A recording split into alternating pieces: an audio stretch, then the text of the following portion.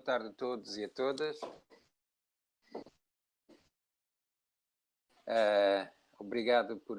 Quem devia estar a abrir agora esta sessão era a professora Maria Salomé Paes, que está em Inglaterra, mas que ainda não conseguiu juntar-se a nós, apesar das diferentes tentativas. Ele está, de facto, já disponível e com o computador ativo para se juntar a nós. E eu, portanto, para não demorarmos mais tempo, vou abrir esta sessão deste ciclo de conferências e dizer que é um prazer que tenho muito grande partilhar com a professora Cristina Brito, que é bióloga e brilhante investigadora do CHAM, do Centro de Humanidades, também professora da Universidade Nova, esta primeira sessão do ciclo de conferências da Academia de Ciências de Lisboa, que tem como título genérico O Futuro do Oceano. A professora Cristina Brito, de facto, para quem a conhece, faz a ponte entre a biologia e as humanidades, e as humanidades, como sabem, têm um papel vital na compreensão e interpretação da biologia e na transformação do oceano, através de perspectivas únicas sobre a cultura, a história, a técnica, os valores, a ética e a estética humanas, para compreender, de facto, a relação multifacetada que existe entre os seres humanos e o oceano.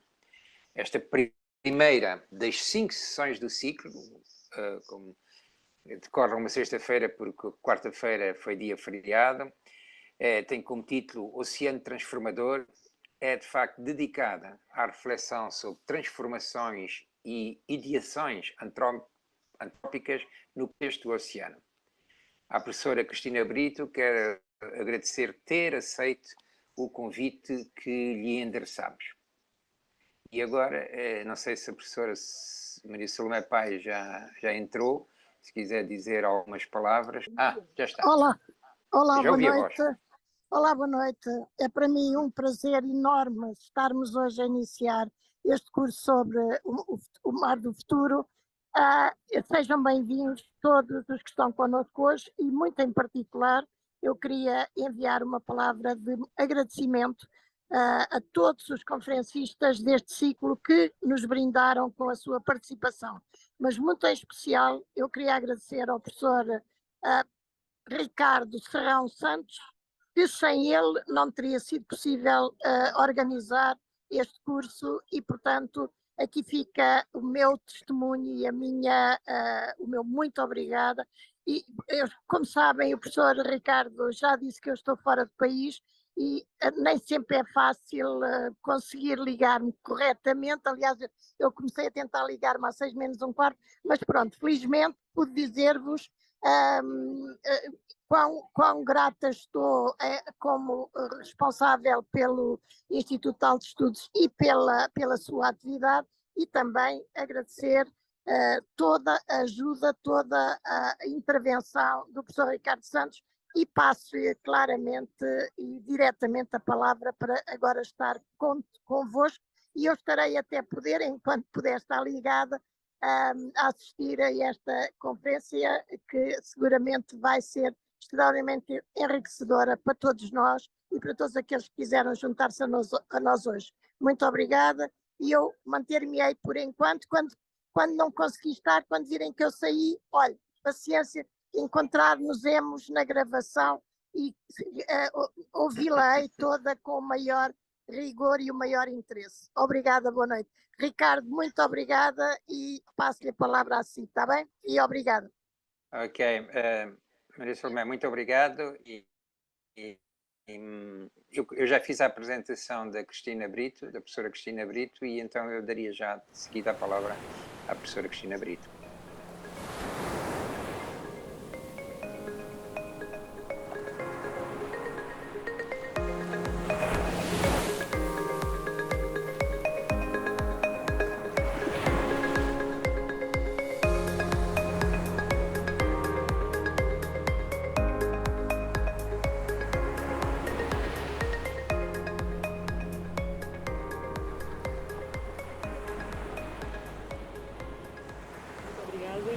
Cumprimentar a todas e a todos que estão aqui neste mundo aí desse lado, um bocadinho à distância, mas consigo ver alguns rostos. Agradeço muito a presença de todos aqui hoje.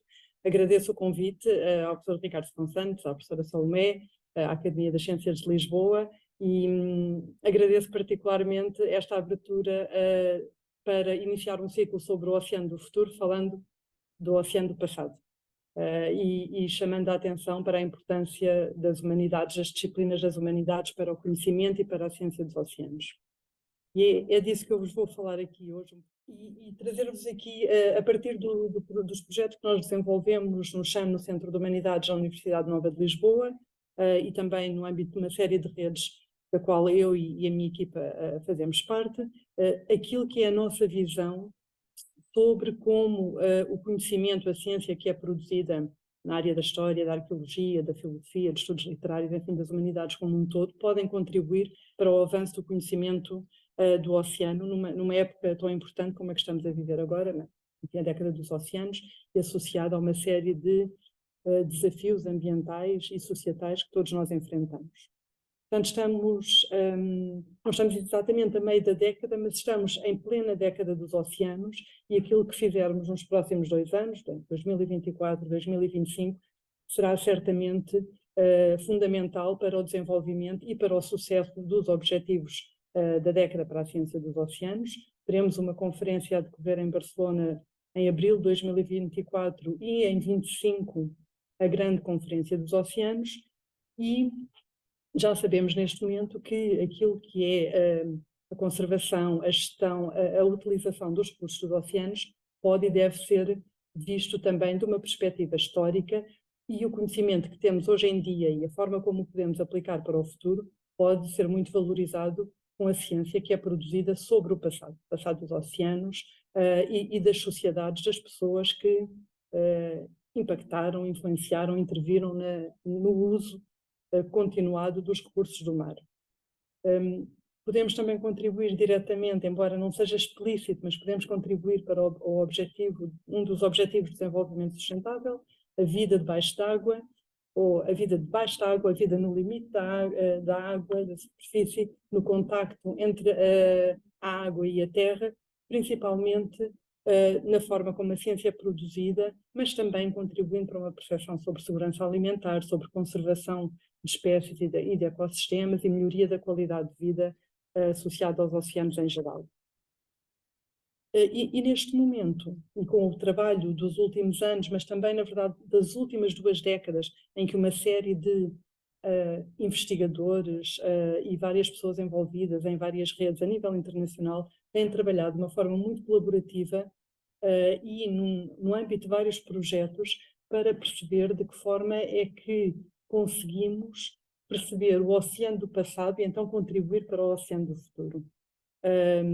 O conhecimento que se tem vindo a acumular permite, em certa medida, desafiar aquilo que é o nosso conhecimento da ecologia dos oceanos, mas também o conhecimento sobre as sociedades, e de que forma é que estes 2 aspectos, ou os 2 lados desta mesma moeda, as pessoas e a ecologia dos oceanos, podem ser compreendidos na larga cronologia até o momento presente. Não são 2 lados distantes, nem dispares, nem em confronto no que diz respeito à produção científica, mas sim são pares.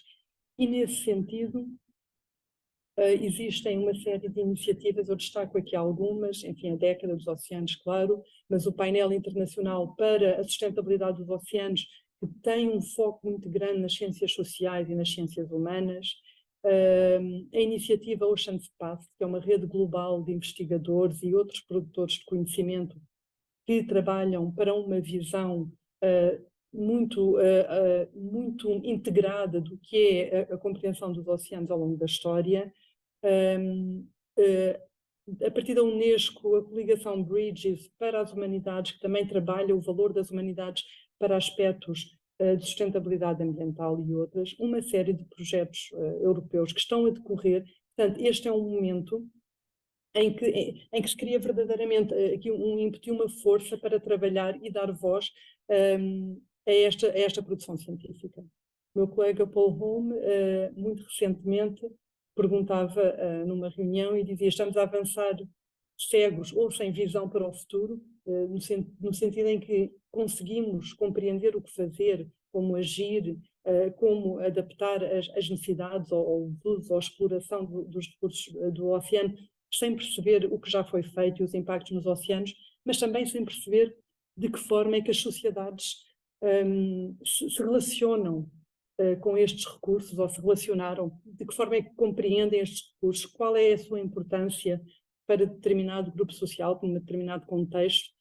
Portanto, são estas questões que nos têm motivado, e nós sabemos agora, e cada vez mais, que as sociedades, efetivamente, historicamente, dependeram dos recursos dos oceanos, do litoral, para se estabelecerem, para se desenvolverem, e temos uma noção que esta dependência não acontece apenas a partir da industrialização, mas que antes disso, em determinadas situações, existem níveis de extrações e de uso dos oceanos muito superiores àquelas que eram consideradas e que, portanto, podem ter um impacto muito maior do que suspeitado até há relativamente pouco tempo sobre exatamente populações naturais, sobre ecossistemas, sobre o oceano como um todo.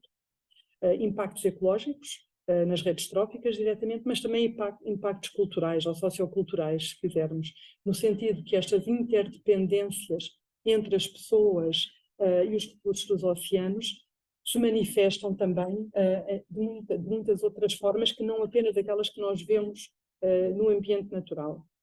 Portanto, no espaço marcadamente humano das produções culturais, na produção de ciência, no desenvolvimento de tecnologia, na transmissão de conhecimento, na capacidade de adaptação, as práticas de longo termo, as práticas continuadas ao longo do tempo, têm um impacto que nós consideramos ser relevante. Uma das formas em que estamos a abordar estes aspectos, enfim, estas questões ambientais, estas questões societais, os desafios que hoje enfrentamos, e partindo do pressuposto que o nosso papel, ou o meu papel, mais do que arranjar soluções, é providenciar conhecimento ou disponibilizar conhecimento, eu e os meus colegas no âmbito do projeto For Oceans, é uma bolsa em sinergia do Conselho Europeu de Investigação, que pretende estudar a história humana da vida marinha nos 2000 anos antes da industrialização. Portanto, contribuímos a partir desta visão de 10 grupos taxonómicos, ou 10 conjuntos de grupos ou de espécies, que nos permitem perceber, a partir da sua utilização pelas pessoas, de que forma é que houve convergência, divergência na utilização dos recursos, de que forma é que as sociedades se foram desenvolvendo, crescendo, ou, em alguns casos, até colapsando. E, portanto, é uma história humana contada através destes grupos taxonómicos. E estes animais foram escolhidos, são animais que ou tiveram ou continuam a ter uma grande importância na vida económica das pessoas, ou seja, foram, em alguns casos, continuam a ser espécies-alvo de pescarias ou de capturas ou de apanha continuada, e, em alguns casos, de forma muito transversal a várias sociedades ou culturas do mundo, e são também, ainda hoje, algumas são espécies-alvo importantes, nomeadamente atum, bacalhau, enfim, outras, ou são espécies que hoje em dia estão ameaçadas de extinção ou em perigo como resultado de práticas continuadas de exploração, nomeadamente os grandes cetáceos ou os mamíferos marinhos como um todo, e temos aqui vários exemplos, desde as baleias franca, às vacas marinhas, aos sirénios de que vou falar, lontras, enfim, as morsas, enfim, há vários grupos que poderiam ter aqui o foco da nossa conversa. O que nós fazemos a partir de Lisboa, sendo que o projeto é um grupo muito grande de pessoas, nós somos todo o projeto que é formado por 3 instituições, 4 investigadores principais e cerca de 40 investigadores neste momento. A partir do nosso grupo em Lisboa, o que nós fazemos é focar-nos principalmente em megafauna, em animais de grande dimensão, animais marinhos, baleias, golfinhos, manatins e dugongos, focas e leões marinhos, mas também aquilo que nós chamamos espécies irmãs, no sentido apenas de que, em alguns momentos, em alguns contextos, foram utilizadas paralelamente a outras, nomeadamente tartarugas marinhas ou tartarugas de rio e também, por exemplo, tubarões. Este é o nosso foco. e tem-nos permitido trabalhar de um ponto de vista marcadamente interdisciplinar para responder a algumas questões dentro destas que são as grandes questões do projeto For Oceans, que são quando e onde é que a exploração marinha foi de maior importância, significado para as sociedades humanas, quais é que foram os fatores, os mais diversos fatores socioeconómicos, culturais, políticos, mas também ambientais, climáticos e outros, quais foram os fatores que influenciaram ou tiveram um impacto ou que permitiram ou não esta exploração marinha em determinados contextos. E, por último, quais é que foram as consequências da exploração marinha tanto para as sociedades, para as pessoas que usaram os recursos, como para os oceanos ou para os recursos propriamente ditos. Portanto, isto são 3 questões muito abrangentes e dentro das quais nós tentamos perceber, através de casos de estudo, ter uma visão global para estas perguntas. Eu sei que este slide é um bocadinho confuso, mas representa também o grande esforço de recolha de informação a vários níveis que nós estamos a fazer. Portanto, várias espécies aqui assinaladas, em várias bases oceânicas, portanto, em várias regiões, num período de tempo muito alargado, que nos obriga, obviamente, depois a fazer alguns apontamentos para determinadas regiões, para determinados contextos, fazer um trabalho de microhistória que depois, de uma forma comparada, nos permita ter uma visão relativamente abrangente. E o nosso foco é tentar perceber momentos de transições nas explorações ou disrupção de alguma prática, momentos de intensificação em que se passou a utilizar mais um determinado recurso e tentar, e para tal escolhemos alguns momentos, digamos, na história humana. Grandes impérios ou grandes civilizações mundiais, mas principalmente momentos de mudança, e nomeadamente na sequência das expansões europeias e da colonização europeia e do estabelecimento dos grandes impérios europeus no mundo. Este é um momento que consideramos de disrupção e que nos permite perceber mudanças, caso elas existam.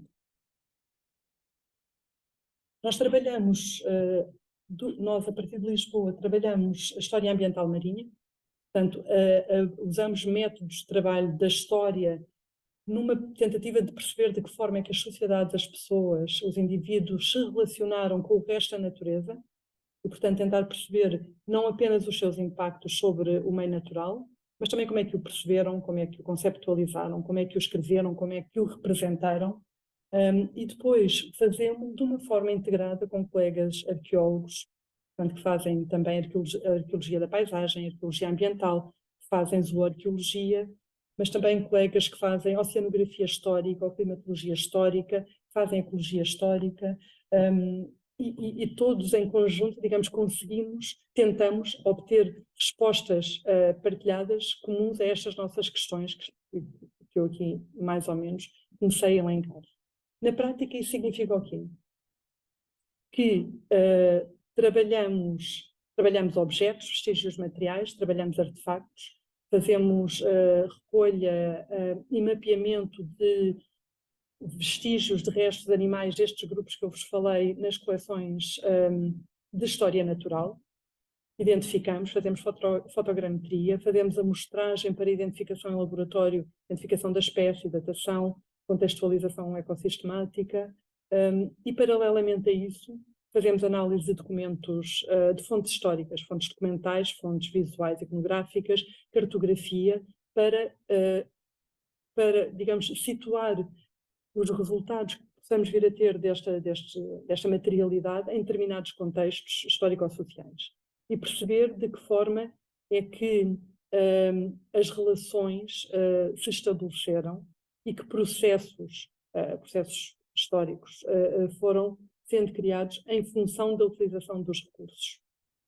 O nosso espaço de atuação tem sido até agora principalmente o Atlântico, com um foco no Atlântico Sul, mas nesta abordagem global do projeto For Oceans, com um esforço grande para o sul global, para ter uma percepção de uma zona do mundo para a qual existe relativamente pouca informação histórica trabalhada. Só para vos dar aqui mais umas imagens, só para terem uma ideia do tipo de... Enfim, nós podemos trabalhar desde esqueletos de grandes animais até pequenos objetos ou artefactos. O que veem aqui na imagem são anzóis feitos, teoricamente, em osso de manatim de peixe-boi do Amazonas e que iremos trabalhar. Isto funcionar, acho que funciona só para verem, terem uma ideia do tipo da digitalização dos objetos que são feitas e que permitem não só nós trabalharmos e ser obtida mais informação, mas também partilhar com outros membros da equipa aquilo que está a ser feito. Um dos casos de estudo que nós trabalhamos são os sirenos, manatins e dugongos. E porquê? Na lógica do que disse logo no início, são animais que ainda são hoje em dia utilizados pelas pessoas, são caçados para ser utilizados de diversas formas. Atualmente estão listados na IUCN como vulneráveis, ou algumas vulneráveis no sentido que há pouca informação tanto sobre áreas de distribuição atuais como sobre números, sobre o efetivo de algumas populações, ou criticamente ameaçados em casos de populações que são relativamente bem conhecidas e cujos números têm vindo a reduzir drasticamente, ou cujo habitat tem vindo também a ser reduzido, fragmentado, enfim, poluído. E, portanto, enquanto objetos de estudo, são animais que nos permitem esta abordagem de longa duração e de escala global, já que os manatins se distribuem no Atlântico, os dugongos no Índico e no Indo-Pacífico, e nos dão esta perspectiva muito diversificada da forma como as pessoas se relacionaram e ainda hoje se relacionam com estes animais. Portanto, são atualmente espécies protegidas a nível global, ainda que em algumas partes, em algumas zonas da sua área de distribuição, continuem a ser utilizados pelas populações. Seja para consumo direto da sua carne, seja porque partes do seu corpo são utilizadas para fins medicinais ou práticas mágicas, rituais, digamos assim, ou também em algumas partes do mundo devido à colisão com embarcações, bycatch, degradação do habitat, enfim. Portanto, digamos que têm todas as características que nos permitem ter uma abordagem integrada ao seu uso enquanto recurso do mar. Um bocadinho mais do que isso, ao animal, o que ele significa. Os manatins no Atlântico, esta é mais ou menos a área de distribuição, existem 13 espécies de manatins, manatim da África Ocidental, manatim das Caraíbas, que tem área de distribuição até a América do Sul, e o manatim do Amazonas, aqui na foz do Amazonas e áreas costeiras adjacentes, com uma zona de sobreposição, uma zona simpátrica de ocorrência das duas espécies, e, enfim, todas elas consideradas vulneráveis, as 13 espécies. Estes animais permitem-nos também perceber, porque foram e continuam a ser utilizados, perceber evolução ou não de práticas da tecnologia utilizada para caçar os animais, para os utilizar. E aqui só a título de exemplo, para verem, neste caso, não a evolução da tecnologia, mas antes a sua manutenção, ou seja, um arpão de mão que continua a ser usado, pelo menos em meados do século XVIII, até quase ao momento atual, de uma forma muito semelhante para caçar os animais. É um animal que era considerado de grande qualidade pelos europeus, mas era igualmente considerado de grande qualidade, e aqui a qualidade é o termo não apenas aplicado ao seu consumo, mas ao seu valor também simbólico por outras sociedades, nomeadamente sociedades locais e indígenas que utilizavam estes animais. Este trabalho que nós estamos a fazer está muito focado até o momento na época moderna, e, portanto, a lógica da presença europeia colonial e imperialista em espaços, em regiões, espaços biogeográficos distintos que não são os europeus, portanto estamos a falar de zonas subtropicais e tropicais, mas que a partir das fontes históricas que nós trabalhamos nos permitem ter alguma informação sobre motivações, preferências, os gostos europeus num determinado contexto, num determinado momento, e a forma como atuavam noutras partes do mundo. Também perceber processos de aprendizagem, que são animais que não eram conhecidos pelos europeus à chegada, enfim, à África Ocidental, às Ilhas das Caraíbas, à América do Sul, e que, portanto, exigiam um processo de aprendizagem e de apropriação de conhecimento e de práticas e de usos, e podemos então perceber estes padrões de mudanças ao longo do tempo da utilização do recurso, padrões de disrupção que é cultural, que é social, mas que é também ecológica, que advém da utilização de um recurso de uma forma que passa a ser intensiva. Não significa que o recurso não fosse utilizado, neste caso, antes da chegada dos europeus, era, de forma muito clara, mas há uma alteração, há uma disrupção na forma como o recurso passa a ser encarado. Pelos europeus que chegam, pelas sociedades que se estabelecem, as sociedades coloniais que se estabelecem, e pelas próprias pessoas locais que passam também a ver e a utilizar o recurso de uma forma diferente, inseridos nestas dinâmicas coloniais que se estabelecem, pelo menos a partir do século XVI em diante. E permite-nos abordar e estudar aspectos mais, digamos, mais conceptuais, se quisermos assim dizer, daquilo que é chamada a primeira globalização, a globalização que se faz pelo contacto, pelas transferências, neste caso através do Oceano Atlântico, entre os dois hemisférios e entre os dois lados do Atlântico, uma globalização que depende do oceano para se fazer, mas é uma globalização que se faz também sobre o oceano, sobre no sentido da exploração que se faz do oceano. E este momento, em termos da nossa conceptualização de momentos de intensificação, de disrupção, é um momento de mudança no sentido em que nunca nada volta a ser o que era. E, portanto, há um antes e há um depois, e que nos permite aqui uma linha, uma barreira que nos permite comparar, digamos, uma realidade ecológica com outra, que passa a ser diferente. E, portanto, esta ideia de que neste momento conseguimos ver, seja intensificação, em alguns casos intensificação, noutros decréscimo de utilizações, funciona muito bem como um modelo para aquilo que nós estamos a tentar perceber a nível global. Estes animais permitem-nos também, e até o dia de hoje, abordar aspectos, digamos, da história da ciência, da história da cultura, porque os animais em si, os manatins, os dugongos, são muito mais do que o recurso, são muito mais do que o animal, também o animal vivo, a entidade viva, são também aquilo que existe depois, digamos, depois da morte do animal, ou depois de um período de tempo. E as suas representações culturais, sejam manifestações materiais ou imateriais, estão presentes numa série de culturas e sociedades humanas, e nós conseguimos muito facilmente, existe informação suficiente, existem fontes que nos permitem comparar ou ter uma abordagem integrada sobre como é que os animais são vistos. Estas duas imagens que temos aqui representam para a costa ocidental africana o Ngulu Amaza, o animal, o Amamiwata, o espírito da água, que é uma representação com base, eventualmente, no próprio animal. E até aos dias de hoje sabemos que, com base nas descrições ou os encontros com estes animais ou outros animais parecidos, existem divindades da água, pelo menos no mundo atlântico.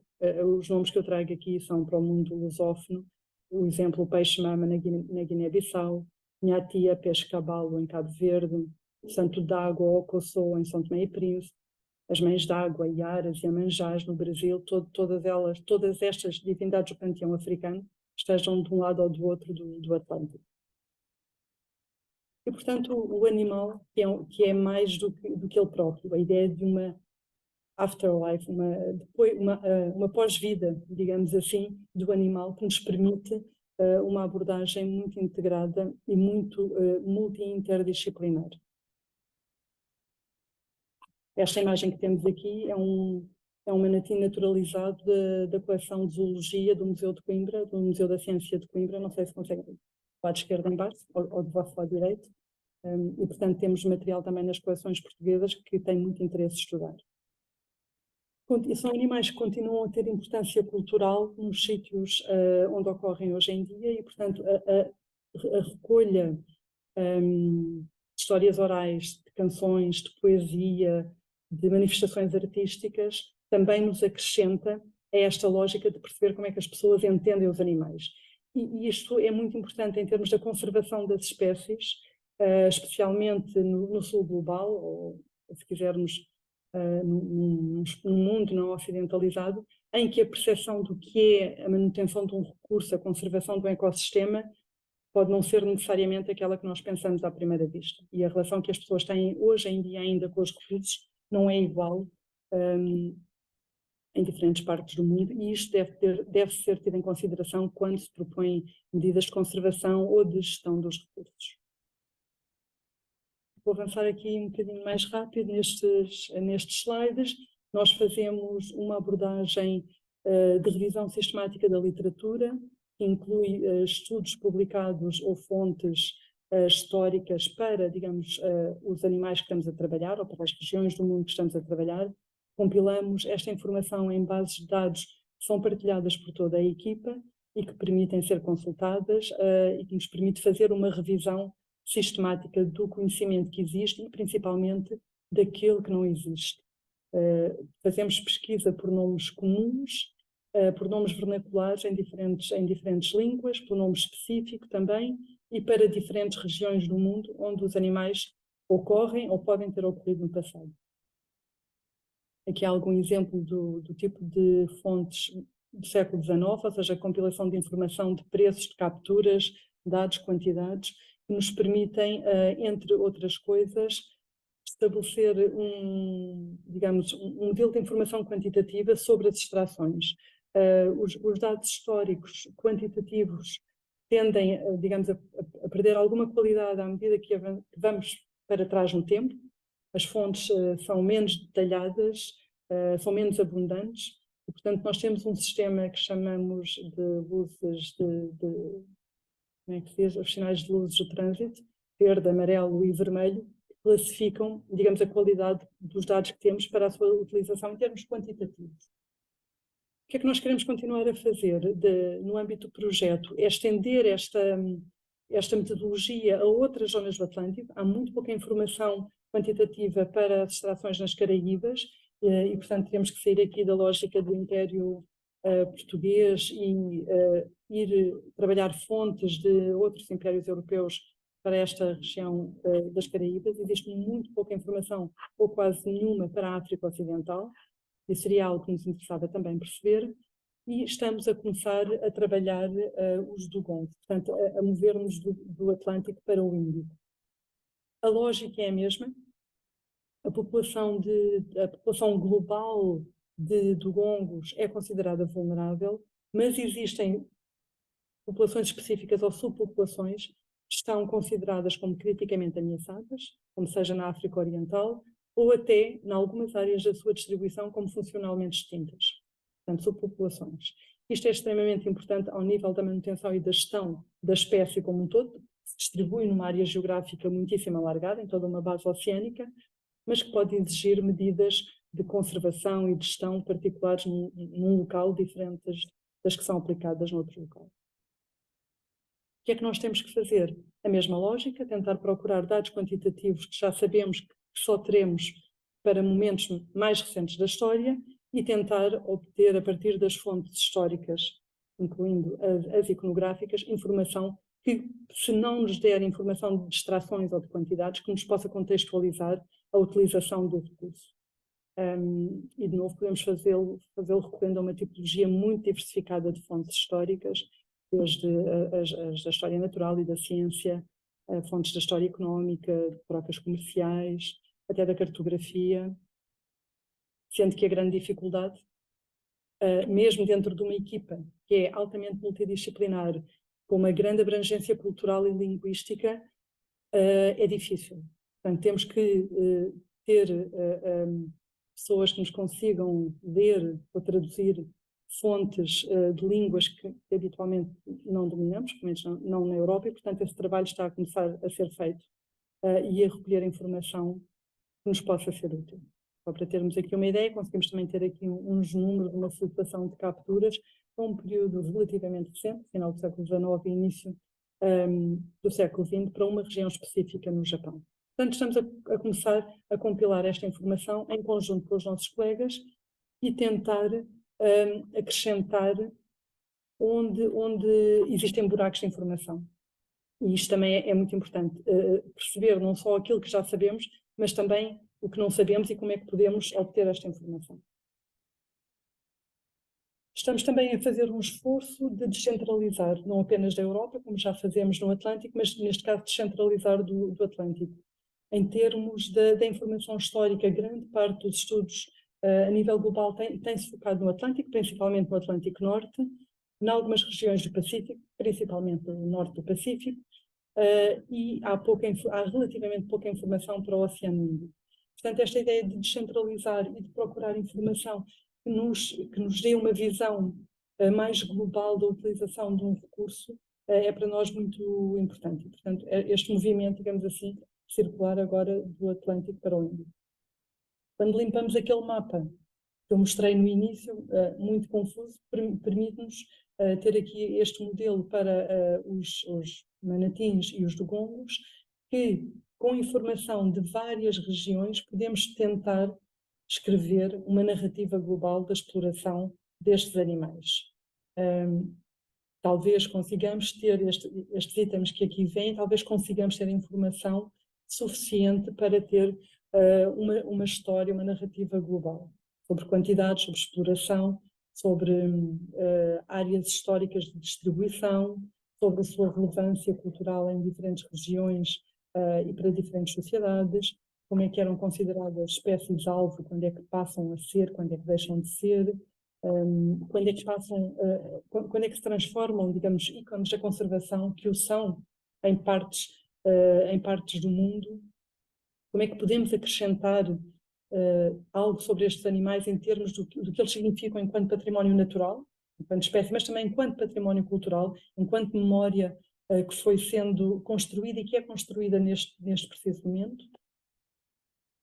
E, portanto, estamos a tentar trabalhar no que chamamos o paralelo dos sirénios, da Sirenia Parallel, portanto, um paralelo verdadeiramente à volta do globo, que nos permite ter esta perspectiva global ou planetária sobre o uso dos animais. Já estou mesmo a terminar, voltando à minha ideia inicial, como é que as humanidades podem contribuir para o conhecimento dos oceanos, para uma ciência dos oceanos. De uma forma muito direta, podem contribuir fornecendo dados, fornecendo informação a colegas de outras áreas científicas, a compreensão, a partilha, a linguagem comum entre investigadores de diferentes áreas é algo que tem que ser muito trabalhado, mas para além disso, é muito importante que todos nós, que todas as pessoas tenham noção de que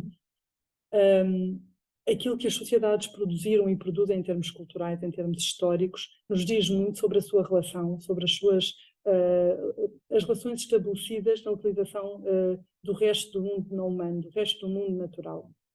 E que juntos eu posso estar aqui a dizer colegas de várias áreas científicas, mas juntos, digamos, pessoas que não apenas da academia, outros produtores de conhecimento, marcadamente pessoas dos mundos indígenas que produzem um conhecimento de valor científico ainda muito pouco valorizado e que deve ser incluído nestas lógicas, digamos, globais de perceber a utilização dos recursos, todos esses aspectos devem ser considerados e a partir das humanidades podemos ter este papel, de escrever estas narrativas. Já temos alguns artigos publicados que falam um bocadinho do que é a nossa agenda, do passado dos oceanos, destes 4 oceanos e das relações entre os seres humanos e os oceanos, e que se fizerem uma pesquisa online encontram facilmente, os artigos estão em acesso aberto, e que se pode perceber um bocadinho mais do nosso racional, daquilo que nós pensamos por detrás da lógica do que estamos aqui a fazer. Uma mensagem final, seja para as pessoas das ciências humanas e sociais, das ciências naturais, esta lógica de que devemos considerar o ser humano como um agente ecológico, como um elemento que faz parte do mundo natural, com o seu posicionamento nas redes tróficas e tudo aquilo que isso significa em termos de impacto nos ecossistemas, mas também animais, recursos, agentes não humanos, mais do que humanos, tudo, incluindo o próprio oceano, neste caso específico, como elementos ou agentes que podem ser úteis numa construção, numa co-construção das narrativas históricas. A ideia de que... Penso que a sua fantástica intervenção foi... Quer dar mais uma última mensagem? É que vai ter pergunta. Não, já estou a terminar. É isto mesmo, terminei. Pronto, Cristina, muito obrigado. Foi uma fantástica viagem a que todos tivemos direito. E eu, hesitando entre se começa já a falar o Ricardo ou se aceitaria uma pergunta que tivesse mesmo aí muito a querer sair de um participante. Existe alguém que queira intervir ou comentar? Bem, então se não existe ninguém, comento eu. É verdade que o papel das humanidades e da sua relação com as ciências da natureza tem realmente melhorado significativamente nos últimos anos. Significativamente. De tal forma, passando de ser uma coisa lateral, não é? Ou seja, uma espécie de um verniz que se coloca sobre as ciências naturais, passando a ser até um motivo de investigação e até um driver de novos problemas. E isso foi claramente visível na sua intervenção. Acha mesmo que, por esta aproximação que está a fazer, consegue dar uma imagem global, ou seja, planetária? Eu acho que assim, até que ponto é que nós conseguimos ser planetários, ou estamos a dar uma imagem muito eurocêntrica da realidade, Cristina? Neste momento ainda estamos, e portanto esse é um esforço conjunto que temos que fazer e portanto não nos podemos esquecer da nossa posição e dos nossos sapatos. Neste momento estamos em Lisboa, estamos na Europa, somos um conjunto de colegas, se calhar todos europeus, não estou a ver todas as pessoas, e portanto precisamos trazer outros atores para este trabalho que estamos a fazer. Precisamos ter outras vozes. Precisamos muito ter colegas africanos a trabalhar connosco, da América do Sul, de outras partes do mundo, porque só integrando esse conhecimento, essa experiência, esses colegas, é que poderemos ter realmente aqui uma tentativa de ser globais, de ser planetários. E precisamos, do ponto de vista do que é o trabalho em história, precisamos de integrar um conjunto muito alargado de fontes. E isso demora muito tempo, demora muitas horas do nosso dia, muitos meses do nosso trabalho, mas tem que ser se for um esforço coletivo, de mais pessoas, é mais fácil chegarmos lá. Muito obrigada, Ótimo, Miguel. obrigadíssimo. Eu realmente sabe onde é que eu fiquei assim um bocadinho mais com esta inclinação? Foi quando vi os períodos que escolheu. Porque os períodos que escolheu são claramente períodos vistos do lado da Europa, não é? Os períodos vistos do lado, por exemplo, da África serão diferentes, ou da América do Sul, não é? Os exemplos que eu vos trago aqui também é aquilo que nós trabalhamos, e portanto nós trabalhamos muito este período cronológico e esta perspectiva, estamos a tentar alargar no que diz respeito à expansão para os momentos pré-contacto, portanto precisamos dos nossos colegas arqueólogos para nos ajudar nesse aspecto e até quase à atualidade, e trabalhamos muito com antropólogos também. Exatamente. Claro, temos que sair um bocadinho daqui. Uma participante, a Celina, que fala do conhecimento indígena, até que ponto é que ele não tem que ser mesmo, digamos, tratado, mesmo que seja com métodos, digamos, modernos, mas recorrendo o mais possível ao conhecimento passado, não é? Como forma de acrescentar a nossa capacidade de compreender a história da Terra, não é? No sentido lato. Sim, nós trabalhamos... Alguém quer fazer mais alguma questão? Ou passamos ao Ricardo? Mas fiquem aqui todos, que isto está muito interessante e está com uma grande aderência, e penso que aqui problemas estão a ser levantados todos de grande valor para o conhecimento da Terra. Ricardo, a palavra é tua.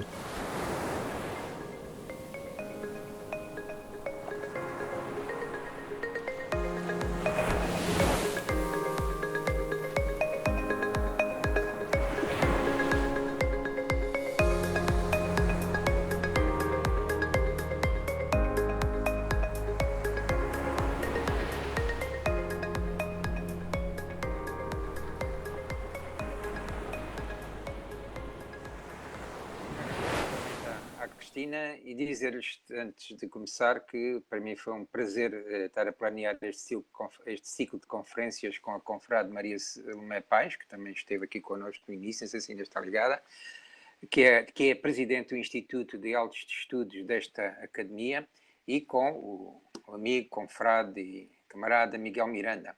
Eu quero também agradecer ao Gonçalo Brito e à Alexandra Cardoso da Academia de Ciências de Lisboa o apoio que têm dado. Eu não era inicialmente previsto falar nesta sessão, mas contingências de última hora, que de facto só a mim se devem, levar-me a preencher este espaço para não deixar aqui uma lacuna. Pronto, isto é uma intervenção que é um pouco anómada em termos de conceitos, e como os conceitos também viajam entre diferentes disciplinas, e foi uma reflexão que eu tenho feito nos últimos tempos. E começo para me situar, para dizer de onde é que vem todas estas minhas questões. Eu, na minha vida, como sabem, envolvi-me na ciência e na política, e mais especificamente nas ciências dos oceanos e na política dos oceanos.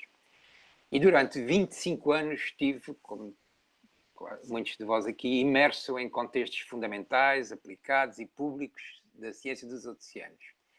E na política, trabalhei como parlamentar num contexto legislativo e mais tarde como ministro no contexto executivo. E a passagem pela política, particularmente no Parlamento Europeu, despertou fissuras em pressupostos que eu tinha tomado como garantidos no contexto do oceano.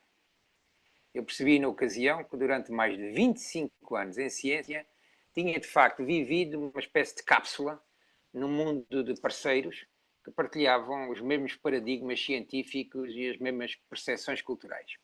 Aquilo que chamo de paradigma científico, para situarmos aqui, é uma coisa simples, que era o paradigma de que o oceano tem uma relevância crítica enorme para a estabilidade e resiliência da vida no planeta Terra, e que este paradigma era tão inquestionável, e para mim e para os nossos parceiros científicos, assente na boa ciência, que eu assumi que todos os leigos informados partilhavam dessa mesma percepção.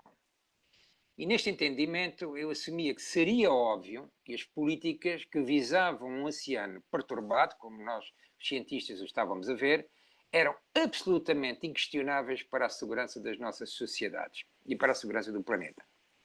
Eu devia ter percebido na altura, ou durante esses anos todos, que o óbvio é de facto um erro virtuoso e trata-se de um descuido que é armadilhado. Eu juntei-me ao Parlamento Europeu em junho de 2014, este ano, e logo após esse verão, quando a vida parlamentar começou a desenrolar-se nos diferentes ramos e conjuntos de interesses, apercebi-me que os oceanos eram uma das instâncias menores entre os políticos, os financeiros e os lobistas. Isto para mim foi uma ferida narcísica. E como é que eu vi isto? No ano seguinte, em 2015, eu estava lá em Bruxelas, mas fui para Paris, onde se realizou a COP21. E assisti a vários eventos, participei, e foi com enorme desapontamento que no final, apesar dos progressos alcançados, me apercebi que os oceanos estavam ausentes do corpo do Acordo de Paris para combater o aquecimento global. Basicamente, os oceanos ficaram reduzidos a um eco longínquo, aquilo que se diz take note, uma tomada de nota, nas considerações introdutórias. Nem uma única referência no articulado do tratado, que de facto é o que faz lei. As referências a florestas eram pelo menos 8. Este facto releva da ausência das questões oceânicas nas políticas, se excluirmos os aspectos relacionados com a apropriação do oceano e a dominação do oceano. Fora isso, o oceano é um adquirido cultural que se manifesta naquilo que eu considero uma veneração despreocupada. Por isso diz, eu amo o oceano, gosto muito do oceano, que bom. E comecei a compreender e a interpretar esta situação como um anacronismo cultural e místico, ao deparar-me com a expressão sentimento oceânico, que foi cunhada no início do século XX pelo humanista francês e prémio Nobel da Literatura Romain Rolland, para descrever o sentimento de unidade ilimitada, de infinitude, de sentimento de fusão com a natureza. Este sentimento místico ajudou-me a compreender porque é que a sustentabilidade marinha foi uma despreocupação enquistada no nosso edifício cultural e a procurar a origem deste meme. Vocês provavelmente estão familiarizados com termo meme, mas este conceito de meme não deve ser retirado diretamente dos significados que encontramos no TikTok, no Instagram, no Twitter, etc. O termo meme é um neologismo que foi cunhado por um biólogo, Richard Dawkins, no seu primeiro livro, que muitos de vós provavelmente leram, que é o The Selfie Chain. Um meme é uma unidade, um comportamento ou um fenómeno cultural que se espalha e replica numa sociedade de fórmula análoga à forma como os genes se replicam e se espalham na evolução biológica. Os memes propagam-se e evoluem através da transmissão cultural. Eu vou-vos dar um exemplo que eu acho extremamente interessante do meme. Há um cartoon publicado no The New Yorker, em 1983, no qual uma de 5 senhoras, no seu convívio da hora do chá, realça com muita candura que não sente preocupação ou interesse pelo fundo do oceano. Provavelmente muitos de vós já viram este cartoon. E ela acrescenta: eu não sei porquê, mas o facto é que não sinto. E esta candura está expressa também no desinteresse das caras das outras, e nota-se pelo traço fino e simples, mas expressivo do cartunista Charles Saxon, que todas as senhoras partilham o mesmo sentimento de indiferença e despreocupação. E acham que este exemplo captura de forma muito eficaz o meme da percepção popular do oceano. E para compreender a origem deste meme de que vos falo, temos de recuar às formulações jurídicas relativas à utilização do mar-oceano. E precisamos de recuar ao Renascimento e certamente um pouco mais atrás.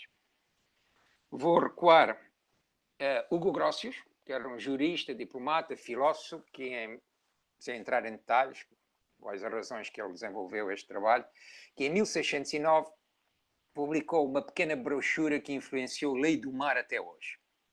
E é extremamente interessante ler os seus argumentos ou a sua lógica. Nomeadamente, ele escreve, e isto depois repete-se noutros capítulos: se muitos caçarem em terra ou pescarem num rio, a floresta ficará sem caça e o rio sem peixe, que não é assim no mar, pelo que o mar nada perde. Ou seja, o mar pode ter muitos caçadores e coletores.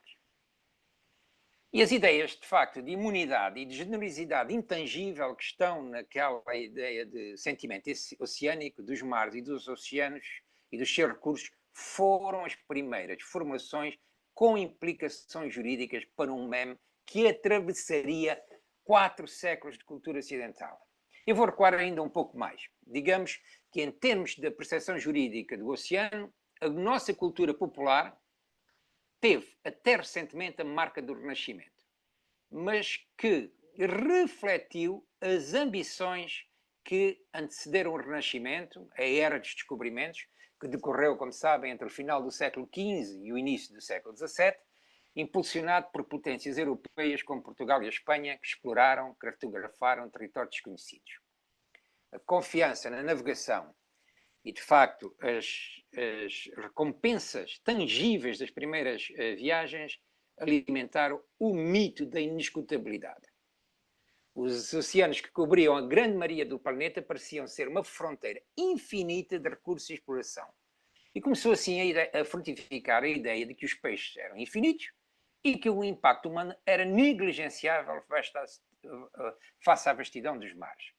Estabeleceu-se a crença generalizada na inesgotabilidade e imunidade dos oceanos. Notem que as crónicas e as descrições que os navegadores, como por exemplo da circunnavegação de Fernando Magalhães, através do seu cronista António Piafetta, que vislumbrado escreveu que, afinal, não havia monstros com rostos em chama a ameaçar os navios. Em vez deles, peixes voadores saltavam da água e não apenas uns poucos, mas tão grande quantidade que todos pareciam uma ilha no mar. Era um mundo estranho, de facto, e rico, diferente do que os historiadores especulavam na Idade Média. O mar-oceano em que o Fernando Magalhães, Vasco da Gama, Pedro Álvares Cabral, o Cristóvão Colombo e muitos outros se aventuraram quando eles foram para a aventura, era povoado por monstros e lendas dos relatos que circulavam pela Europa.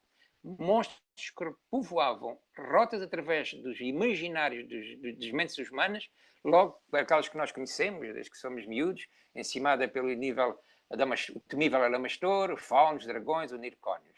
Mas os grandes navegadores, e esta era de descobrimentos, desmistificaram essas crenças.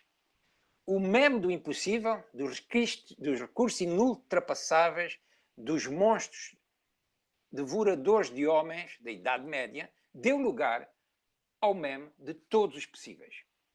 A veneração pelo medo, que existia na Idade Média, que era a cultura da Idade Média, deu lugar à veneração despreocupada que vingou até quase ao fim do século XX. Ou seja, para lhe dar um exemplo, o Cabo das Tormentas passa a Cabo de Boa Esperança, ainda antes do Renascimento, que, como espero poder mostrar mais à frente, deu lugar no século XXI ao Cabo da Última Oportunidade, para ir buscar o título de um livro do... Eu não me lembro o autor. Agora, o método do oceano inexpugnável chega imutável ao século XIX e depois ao século XX. Notem que que foi um grande cientista, Sir Thomas Henry Huxley, em 1883, na abertura da Exposição Mundial das Pescas em Londres, afirmou que qualquer tentativa de regular a pesca do mar, e aqui são as questões jurídicas e de lei, mas ele dizia, qualquer tentativa de regular a pesca do mar parece, dada a natureza do caso, ser inútil, uma vez que há imensa plenitude de recursos. Se este é um meme que nasceu na nossa cultura ocidental, o facto é que no contexto da construção da globalização parece ter fertilizado outras culturas ambiciosas. E é curioso notar que naquela exposição, se vocês virem aqui a iluminura, pontuavam na primeira fila 3 cidadãos chineses, países que se tornaria nos séculos seguintes campeão das pescas ilegais não reportadas e não regulamentadas. Já no século XX, e isto em meados do século XX, em 1957, desculpem, dois eminentes cientistas americanos, o diretor do laboratório que antecedeu o Woods Hole Oceanographic Institution, tinha na altura outro nome, Otron Daniel e Francis Minot, o diretor do Museu de História Natural de Nova Iorque, publicaram um livro que intitularam O Mar Inesgotável. Deixem-me dizer que a obra é uma síntese bem fundamentada do conhecimento dos oceanos na altura. É também um apelo à aceleração da investigação oceanográfica e expressa uma forte, muito imaginativa e entusiástica crença nas oportunidades de crescimento económico nas atividades relacionadas com o oceano. Mas, de facto, imbuídos de um sentimento oceânico, digo agora eu, de um sentimento oceânico de unidade, sem limites e infinito, os autores concluem que, isto é uma conclusão do livro, um dia os homens compreenderão que na sua generosidade o mar é inesgotável. Deixa-me dizer que é um livro encantador, mas que foi apanhado de facto na armadilha do incomensurável renascimento, do incomensurável entusiasmo renascentista, que é aquele que marca de facto, marcou de facto a nossa cultura durante 4 séculos. Hoje em dia temos a noção de que os recursos vivos marinhos são finitos. A ciência mostra-nos também que as pressões cumulativas no meio ambiente têm impactos negativos evidentes, pondo em causa a resiliência do oceano. Mas o oceano, no contexto das políticas, e isto é uma tese que eu quero também aqui demonstrar, obviamente isto não é trabalho experimental, o oceano, no contexto das políticas, só muito recentemente deu o salto quântico que se exigia. Desculpa. Olhando para a evolução de novos tratados e das agendas internacionais, a ênfase em políticas baseadas no conhecimento científico vieram colocar o oceano numa posição sem precedentes na governação global, mas apenas nos últimos 7 anos. Eu digo na governação global, não estou a falar de casos de países que há mais tempo pensam nos oceanos, e Portugal é um exemplo, com a Expo 98, que foi um marco importante. E é claro que isso contribuiu para isso, para esta mudança, contribuiu a Convenção Internacional do Direito do Mar das Nações Unidas. Como sabem, está baseada numa acomodação dos ideais renascentistas de Mar Libero de Hugo Grotius para o espaço sob jurisdição nacional e de Mar Clausum de John Selden, em inglês, que era aquele que também Portugal e a Espanha defendiam na era dos descobrimentos, que foi definido para as jurisdições nacionais ali definidas. Foi de facto, a Convenção Internacional do Direito do Mar foi um passo significativo para além das leis fragmentadas e criadas e convocadas durante as últimas décadas do século XX. Apesar de ser uma convenção de direito internacional, um texto monumental e uma vitória do multilateralismo que olhou para o oceano como um sistema integrado, facto é que quando a Convenção Internacional sobre o Direito do Mar foi negociada, embora visionária, não ficou suficientemente artilhada ou preparada para alguns dos problemas que, apesar de estarem a decorrer, não eram suficientemente evidentes. E problemas que todos nós conhecemos, que incluem a capacidade de retirar, processar ou sequestrar CO2 da atmosfera, a acidificação, a perda da biodiversidade, o problema dos recursos genéticos, a questão sobre recursos genéticos, a desoxigenação, aquilo que eu aqui chamo a plastificação, ou seja, a poluição por plásticos, que mais à frente vão ver que é um elemento importante deste processo, o impacto das espécies exóticas, o aumento da temperatura e a fusão dos letos polares. Estes processos não foram abordados de forma clara ou abrangente na Convenção.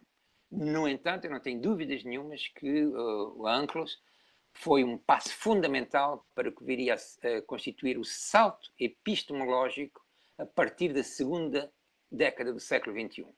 Foram precisos mais uns anos para que o meme da despreocupação cultural, baseada no sentimento oceânico, que atravessou 500 anos de história, de que o mar é inexpugnável, inviolável, incontestável, entrasse em crise. E há uma data precisa para essa mutação. É o ano de 2015. Desde 2015, o oceano está a ser colocado numa posição sem precedentes na governação internacional e é isso que quero demonstrar. Olhem esta. Durante 25 anos, os programas dos Objetivos de Desenvolvimento Global, que começaram nos anos 90, tenhamos em conta, com os 7 Objetivos do Desenvolvimento Internacional da OCDE, e continuaram com os 8 Objetivos de Desenvolvimento do Milénio das Nações Unidas em 2001, não tiveram em conta o oceano.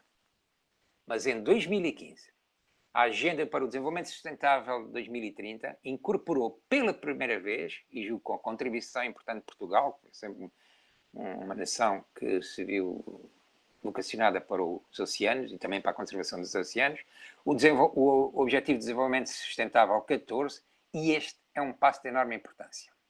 Em segundo lugar, a década das ciências... desculpem, aqui está... Trazei. A década das ciências oceânicas para o desenvolvimento sustentável e a década da restauração do ecossistema que decorrem para ela foram também estabelecidas de modo a serem implementadas entre 2021 e 2030. O oceano de que precisamos para o futuro que queremos é a mensagem que os Estados-membros quiseram transmitir ao aprovarem a década das ciências do oceano. Em terceiro, a década é também uma mensagem da missão Starfish, a restaurar o nosso oceano e as nossas águas até 2030, uma das 5 missões do Horizonte Europa, eu acho que isto é importante, 5 missões apenas, e as outras são cancro, a cidade, os solos, não lembro da quinta, e que tem dado nova importância ao conhecimento dos oceanos no quadro europeu.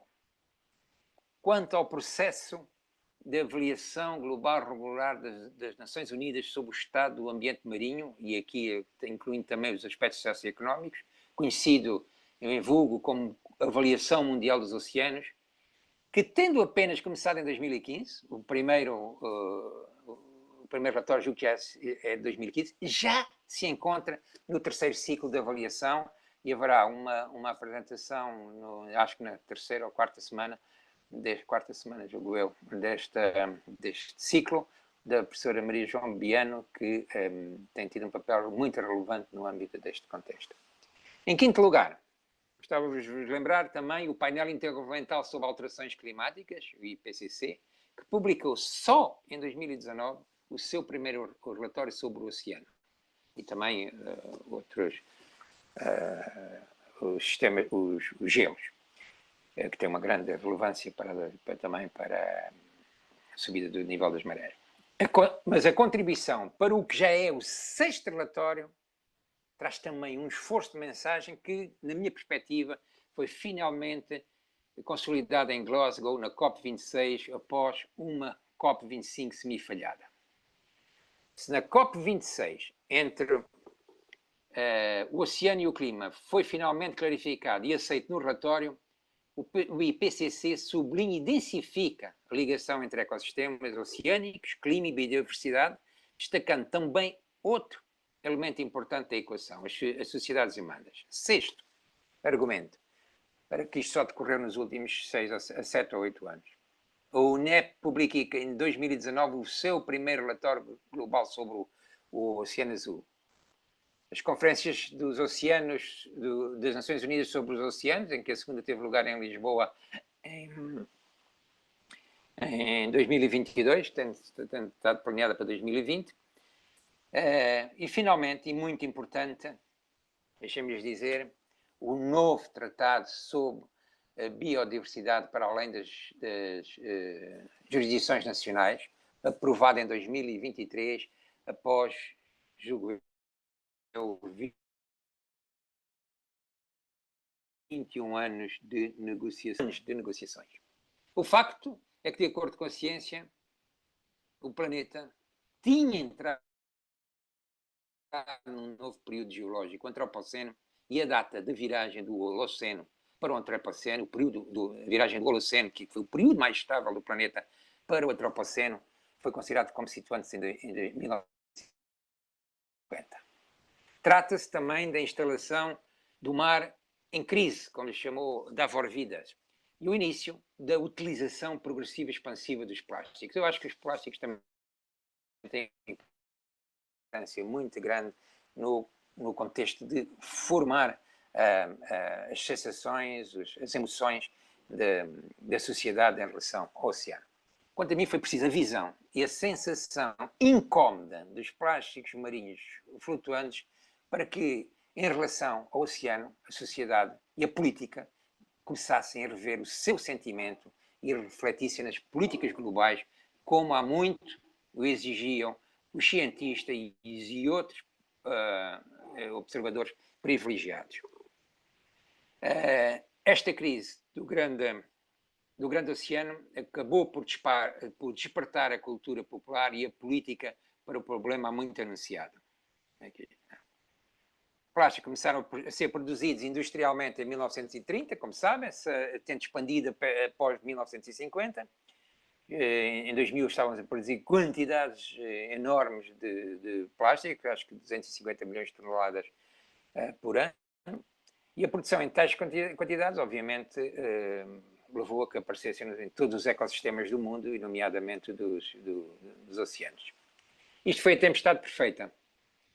E os anos 50 também, para além de serem o ano em que é designado como o início do Antropoceno, representa um momento aproximado em que se pode dizer que a curva do homem e do impacto ambiental se tornou perigosamente exponencial.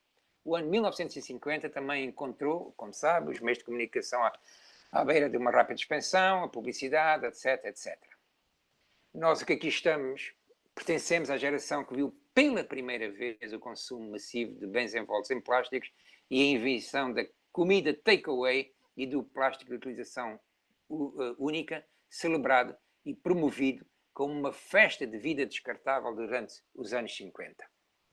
O progresso da contaminação, como todos sabemos, foi muito rápido, dos oceanos foi muito rápido, e a sociedade reagiu.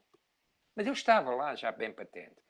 Eu explorei esta questão na literatura de viagens e gostava de referir o que li numa entrevista que Ottokar Heyerdahl deu em 1972, porque é significativo da aceleração destes tempos.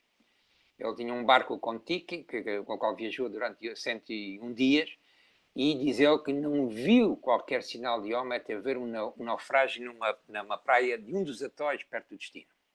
Mas em 1969, viajando numa outra jangada, o Ra-2, mal tinham passado 3 dias no mar, parecia que estava num esgoto da cidade, apesar de se encontrar a mais de 160 km de terra. E ele dizia que era provavelmente um navio petroleiro que tinha acabado de passar.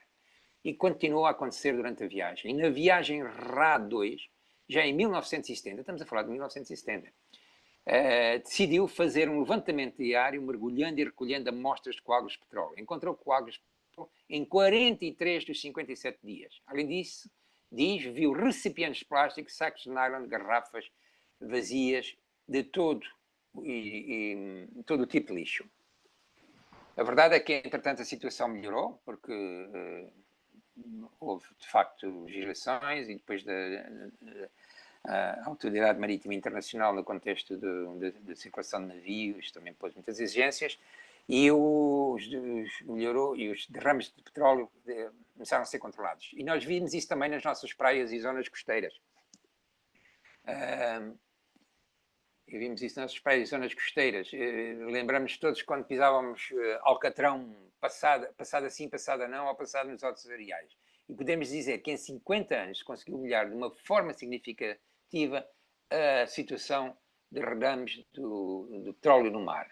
Isto foi, de facto, um sucesso na governação dos nossos mares e dos oceanos. Mas os plásticos ficaram para trás. E continuaram a contaminar os nossos mares, as nossas costas e a nossa vida marinha. Gostava de trazer agora aqui uma coisa pop, que é o título dos álbuns dos Aphrodite Child. Todos vocês conhecem, provavelmente, não conhecem os Aphrodite Child, mas conhecem o Vangelis, conhecem o Demi Russos. Pronto, foram estes os que nos anos 60 constituíram os Aphrodite Child, e o álbum tinha o título End of the World. Isto parece premonitório. De facto, estes foram os tempos do fim do Holoceno. Isto não foi o fim do mundo, obviamente, mas da época geológica, aliás, a época geológica mais estável do planeta, e a entrada no Antropoceno. A época em que os humanos tomam conta do planeta, em certo sentido. Este é o fim do mundo como os conhecíamos desde há 12 mil anos. Quer dizer que a Comissão Internacional de Estratigrafia votou em 2006, por uma enorme maioria, o Antropoceno deveria ser formalizado como uma nova época geológica pós-holocénica. Também, por uma imensa maioria, consideraram que o Antropoceno começou em 1955. Também votaram que o melhor marcador primário para o Antropoceno é a precipitação de petróleo e que um marcador secundário são os plásticos, que estão a deixar vestígios indeléveis de fósseis tecnológicos em todo o planeta, incluindo o fundo do mar, onde atualmente existem cerca de 70 quilos por quilómetro quadrado. Mas aquilo que impressionou a sociedade não foi aqueles plásticos que afundam, foram os plásticos que ficam à superfície e flutuam. Tornaram-se incómodos. O facto é que os plásticos também, ao mesmo tempo, são uma chave para a dinâmica da revolução tecnológica, desde o início da grande aceleração. Têm grande versatilidade, não vão ser abandonados. A nova tecnologia de impressão 3D vão-lhes dar mais força. E hoje temos que fazer aquilo que já fizemos com os derrames de petróleo, com as emissões de clorofluorocarbonetos.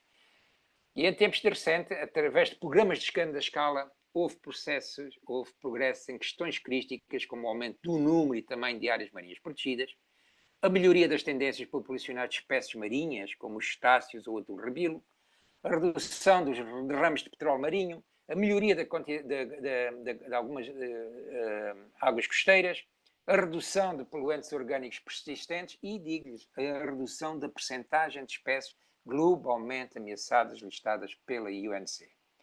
Há sinais de esperança, mas o tempo de intervir esgota-se. E tenho aqui, meus caros e minhas caras, a história de um meme que durou cerca de 500 anos. Dominou a história da nossa relação com o planeta, e esperemos que a mutação que ocorreu por volta de 2015 na cultura popular não tenha sido demasiado tardia.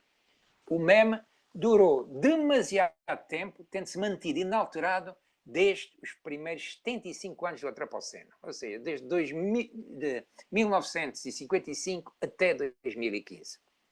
Como observa o jurista croata Davor Vidas, para mim um dos mais lúcidos especialistas atuais em direito do mar, a propósito do mar crísio, a época em que vivemos, o mar em crise, a globalidade atual não é primordialmente a liberdade, mas a responsabilidade pelos mares.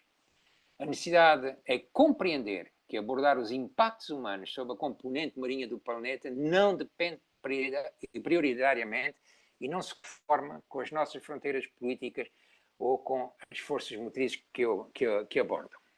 Eu agradeço, mas como nota mesmo final, confesso que não estou otimista se olharmos em particular para as guerras e conflitos que começaram nos últimos anos recentes. O mundo continua a ser um palco de conflitos territoriais e de memes ideológicos, religiosos afastados da ciência, onde, de quando em quando, afloram líderes políticos anti-ciências também. Isto é um problema. Os cientistas por si só não conseguirão realizar a mudança necessária e transformar as provas científicas em boa governação é uma questão muito complexa e muitas vezes mal gerida. Não será bem sucedida apenas com cientistas e políticos. É necessário que o envolvimento de cidadãos bem informados e competentes para avançar no sentido de uma governação mais inclusiva, cooperativa e científica, orientada para preocupações globais. Não sei se isto irá acontecer no tempo em que é requerido para que aconteça, mas eu julgo que este meme de renascentista de que o mar é inviolável, é eterno, morreu em 2015. Esperanças nisso. Muito obrigado. Obrigado, Ricardo, pela tua intervenção a dar-nos este panorama tão científico-político que acaba por ser tão importante para nós todos. O único comentário que eu tenho a fazer é que os nossos colegas aqui, os nossos confrades, desculpa, da Academia são muito ciosos da parte lexicográfica e aparentemente deve-se referir como antropocénico. De resto, em português europeu. Mas pronto, tudo isso são detalhes, porque o que interessa, obviamente, é o contexto. Os geólogos é que têm que dizer como é que é, eu aí escrevo como os geólogos disseram. Eles querem antropocénico. Mas eles também dizem sempre governança, e não gosto nada de governança, digo sempre governação, aí está aqui estes líderes. Eu sou a favor da governação e do antropocénico. Também és? Pronto. Ótimo. Eu sou contra a governança. A governança parece-me outra forma de dizer outra coisa. É horrível. Mas antropocénico, holocénico, vou passar a dizer. Sim, senhor, geólogos... É porque é holocénico e antropocénico. Não há nenhum comentário da audiência tão extensa que temos. Eu vejo aqui gente que tem seguramente perguntas a fazer ou comentários, podem fazer pelo... Há muitos obrigados e muitos agradecimentos pela apresentação que o Ricardo fez. E eu, portanto, já que sou o único que tenho som, digo assim ao Ricardo, do ponto de vista da política, é verdade, como tu dizes, que há alguns sinais positivos. Mas eu também vejo muitos sinais negativos, na verdade, ao mesmo tempo. Tu também os verás, porque, na verdade, a taxa de variação dos parâmetros físicos do oceano está a acelerar claramente e não parece haver nenhuma capacidade de nós invertermos a situação. Há quem diga há quem diga não, tenho visto artigos publicados sobre alguma capacidade de adaptação da parte de algumas espécies biológicas, mas nem todas têm capacidade de adaptação. Qual é que é a tua visão sobre esse assunto? Não, nem todas, obviamente nem todas têm, algumas irão sofrer com isto, andarão para nichos mais pequenos, a extinção é também uma possibilidade, mas de facto eu também não estou muito optimista, como eu disse no fim, aliás. Há dias surgiram agora uns trabalhos sobre como a luta contra a poluição vai ter um efeito perverso no aquecimento global, porque as películas de poluentes vão deixar passar o sol, vai aquecer mais o planeta. E outra mais recente, que hoje li no New York Times, que é a transição energética através dos grandes campos de eólicas no mar, que é um contrato que uma empresa da Dinamarca tinha nos Estados Unidos, foi denunciado porque os custos vão ser abandonados há situações aqui, de facto, muito preocupantes e em algumas esperanças que tínhamos para fazer as transições que precisávamos de fazer. Mas isto também não é novidade. O António temos aqui uma Guterres questão. tem-nos chamado a atenção a isso fortemente, não é?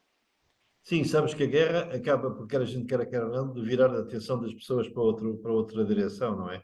E acaba por sair um bocadinho das questões climáticas da linha da frente. Tá? Agora vai decorrer em poucos dias uma nova COP, não é? E todos os comentários que se ouvem é que o interesse não está lá. Temos aqui uma questão, uma pergunta para ti que diz: como é que podemos acelerar o novo meme de forma a que as conquistas sejam irreversíveis e dar sentido da urgência sem pôr as pessoas em pânico? O pânico vai surgir e nós temos que denunciar a sociedade. A sociedade está organizada, a juventude está ativa, mas foi um assunto que eu não explorei aqui nesta apresentação, é a questão das verdades pós-factuais e das pós-verdades e das políticas ambíguas que podem surgir no horizonte. E como sabem, nós tivemos 4 anos, vou chamar pelo nome, não tenho vergonha nenhuma disso, do presidente Trump, que negou mudanças climáticas, que negou o aquecimento global e que se ele ficasse mais tempo, e não sei se voltará, era capaz de destruir muito fortemente o sistema científico americano, um dos mais avançados do mundo. Precisamos de reforçar, de facto, ter muita educação. Eu não digo a literacia, mas a educação para as gerações vindouras e as gerações atuais, porque sem educação nós não conseguimos, de facto, vencer este processo. Olha, eu digo, às vezes costumo dizer... eu considero que os plásticos, de facto, foi um estigma terrível para os oceanos, mas ao mesmo tempo ajudaram a mudar mentalidades e que as pessoas percebessem que processos que estão a ocorrer no oceano, como a acidificação, a desoxigenação e outros, são muito mais graves. Ricardo, tens aqui outra questão que diz o seguinte, da Mercedes Souza. Há quem afirme no Flow Summit 2023 que neste século, caso nada seja feito, haverá extinção dos peixes nos oceanos e grandes perigos para a manutenção da espécie humana. Nova extinção em massa em vista. Qual é a sua opinião? Há sempre o estigma da extinção. Eu digo, a extinção não é o fim há males piores. Quer dizer, a extinção ao ocorrer é uma espécie desaparece. Eu não conheço nenhum peixe que esteja extinto na era moderna. Mas a redução, de facto, grande das populações devido às pescarias e a modificações dos hábitos são um fator que é tão importante como, ou tão grave como a extinção dos mares dos oceanos. Extinção às vezes é um termo que se usa assim de forma bruta para a questão dos oceanos e dos peixes. Uma nova extinção em massa vista. Se nós não conseguimos de facto controlar a temperatura do oceano, não sei se é os peixes, mas muitos dos organismos em terra e no mar vão ter. Há aqui um comentário, mais do que uma questão, do Nuno Caiola, que diz: é importante não chegar ao outro extremo do meme, isto é, o oceano é tão vasto que já não há nada a fazer para o salvar, o que conduziria a um imobilismo mais preocupante. Que é uma coisa que tem muito a ver com as preocupações que eu ultimamente tenho transmitido, que é, na verdade, tanto a linguagem apocalíptica como a linguagem negacionista acabam por ter o mesmo efeito, que é na verdade, não se fazer nada, não é? Quando nós chegamos à ideia que não há nada que possamos fazer que seja útil... Isso é o pior. Olá, Nuno, tudo bem por aí? Eu conheço o Nuno Caiola. Vou aproveitar que também tenho... Posso aproveitar que também tenho som, deixei aí um link no chat para todos, é um dos trabalhos do Rachel Carson Center sobre slow hope, esperança lenta e aquilo que podemos fazer em tempo de crise, para não nos deixarmos cair também nesta ideia totalmente catastrófica, de que não há nada a fazer. O É uma leitura catastrofismo, interessante. o catastrofismo é uma má aproximação. E ainda há outra questão que tem a ver com o efeito Trump, entre aspas, que o Ricardo falou, e que também é muito importante. Nós E não não nos é só podemos. eu, Trump. Não, e, pois, exatamente, é isso mesmo. Nós não nos podemos deixar colocar numa situação que há um level político ou partidário na questão do planeta. Porque se nós caímos nessa armadilha, isso acaba por ser altamente penalizador para a realidade. Portanto, é preciso, temos de ter a capacidade de convencimento suficiente para que a aliança planetária seja mesmo inclusiva. E a gente já sabe que os políticos pensam aquilo que é preciso pensar em cada momento para ganhar os votos, é o papel deles, mas o nosso papel aqui não é esse, não é? Nós não somos políticos, nenhum de nós. Está aqui o Ricardo foi durante um período e talvez não tenha sido o mais feliz da vida dele, temos que pensar sempre a mais longo prazo e pensar que todos são bem-vindos e todos são bem recebidos e todos têm que fazer parte desta nossa aliança, da aliança planetária. Ricardo, comentário Isso é final. bom, é bonito de ouvir dizer, mas eu, em relação a Trump, não desculpe, quer dizer, até sai do Tratado de Paris, não é uma coisa que levou e só em 2015 é que se conseguiu alcançar aquele tratado e ele a primeira coisa que faz é inventar realidades, ele é um inventor de realidades e tu que estiveste com meteorologia, sabes que ele inventou comportamentos arriscando de tufões e coisas afins. Mas deixa-me dizer, eu tentei ser também otimista e dizer-lhe que há processos que mostram que desde que haja boa gestão e que haja uma cooperação internacional e de facto regulamentos que são aproveitados e são cumpridos, há coisas que têm que melhorar, nomeadamente também em relação ao número de espécies em vias de extinção ou na rede de espécies marinhas na lista do IUCN. A questão das áreas marinhas protegidas também está a progredir. Há muitos aspectos que estão a progredir. Os poluentes, tivemos vitórias enormes em poluentes. E nos plásticos estou convencido que vamos ter, por isso é que Exatamente, Ricardo, existe aqui uma questão que te é posta, que tem a ver com esse teu comentário, que diz o seguinte: qual é o papel que seres vivos, nomeadamente bactérias geneticamente modificadas, poderão ter no controle dos plásticos dos oceanos? Isto é uma questão que tem vindo na imprensa nos últimos dias, porque são trabalhos em que participaram equipas portuguesas também. Não é a minha área, definitivamente, mas deixa-me dizer-te que eu não sou um purista em relação à engenharia genética. Hein? Um purista, quer dizer, no sentido... Eu acho que há expectativas importantes que podem vir por esse lado, nomeadamente na engenharia genética. Mas não sou especialista, não vou dar aqui uma coisa, mas é um assunto a seguir e relevante e não... há muita gente que eu encontrei também na política que é contra e acabou, não é? Claro. Isso também Eu é um não, nunca problema. fui e nunca votei contra a investigação em determinadas áreas, nomeadamente também da engenharia genética. Mas sabes que enquanto a engenharia genética não é uma questão que tenha uma grande conotação política, a luta contra a mudança climática tem, não é? Infelizmente é uma situação que é diversa e pior para o nosso lado, não é? E está aqui o documentário que diz, referiu-se à poluição e à pesca excessiva como à fusão dos gelos. Ele diz, não defende o catastrofismo, mas algo tem que ser feito a nível global. O que é que se poderia fazer mais a nível global que não criasse mais divisões, não é? Porque esta questão às vezes as ações muito radicais criam mais divisões do que uniões. O que é que se poderia fazer, Ricardo, para termos algum resultado que fosse um pouco mais robusto? Nota, eu defendo de unhas e dentes o progresso da ciência e de que a ciência deve acreditar, os cientistas têm que acreditar que têm capacidades para resolver muitos destes problemas. Agora, o que é que se pode fazer mais?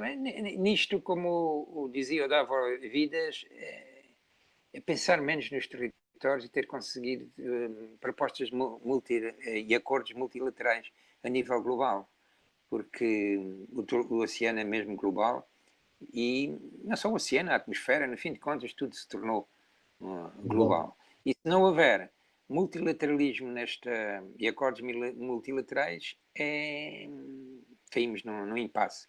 E nota,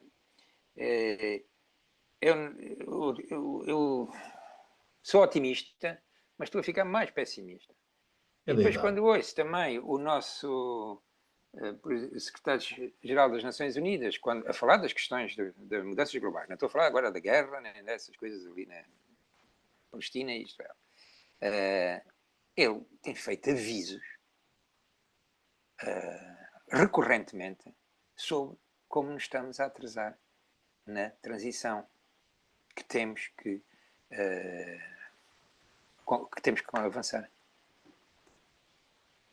Olha, Rico, bem, eu penso que eu tenho poucos comentários mais, todos os comentários são na sequência dos anteriores, e penso que tivemos aqui duas brilhantes intervenções, a da Cristina primeiro e do Ricardo depois, com dois ângulos bastante diferentes. Primeiro o ângulo do lado das humanidades, olhar para o sistema natural, e o segundo do lado da política, olhar para o sistema natural. São dois olhares quase complementares, num certo sentido, mas que foram, penso eu, bastante interessantes para todos aqueles que tiveram a sorte, deixem-me dizer, de seguir este debate. E, portanto, dada o conjunto entre a hora e as questões e a importância que tiveram as intervenções, eu penso que dava esta sessão por terminada.